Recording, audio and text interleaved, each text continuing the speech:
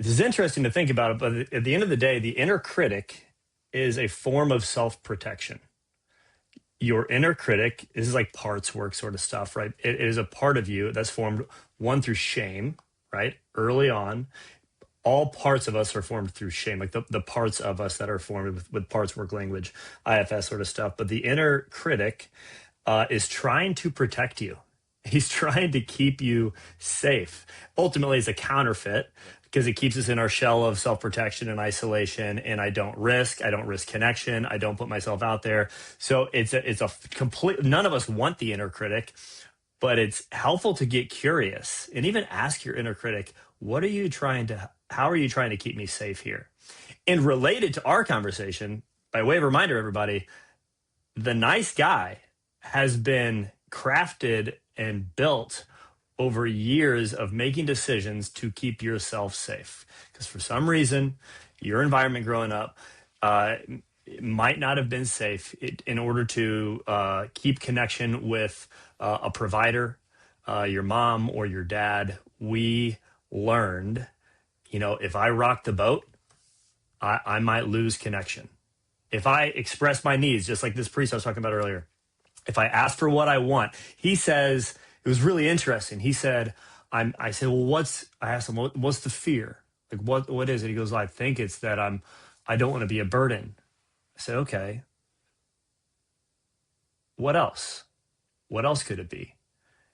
And he's like, I don't want to be rejected. Like, yeah, that's big. Because I think a lot of times we say, I don't want to ask for help because I don't want to be a burden. I think it's kind of a superficial answer. I think oftentimes we're scared of rejection. We're scared of being vulnerable and being like dismissed. And that's relational dismissal, right? I don't want to be rejected. I don't want to be abandoned. And so then I won't express my needs, or I learn, the nice guy learned that if I say no, I get punished. So I can never say no. I can never. And again, we're talking about self-respect today, everybody.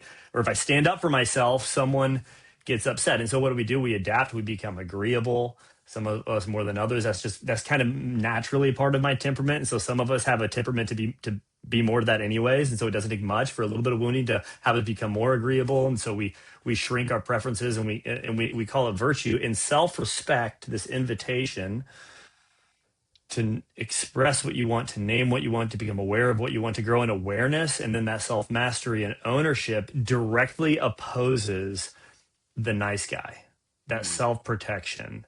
And really, self-neglect is not holiness, is not virtue. It's a wound dressed up as virtue. And so it's helpful to ask, where did you learn that naming your needs, articulating what you even want to? Because again, in this conversation yesterday with this priest, I was like, sometimes we think of the word need, and that's like we put such a high bar for a need. It's like, well, I don't really need to ask for because I'm not going to die, at least right now. It'll be a slow death. And so I often encourage you guys to say, we need to grow and even asking for what we want, and even not even over index on whether or not it's a need. But when did you learn? It's helpful to think about, y'all. When did you learn that expressing your needs and asking for what you want was not safe? Yeah. Something to think about.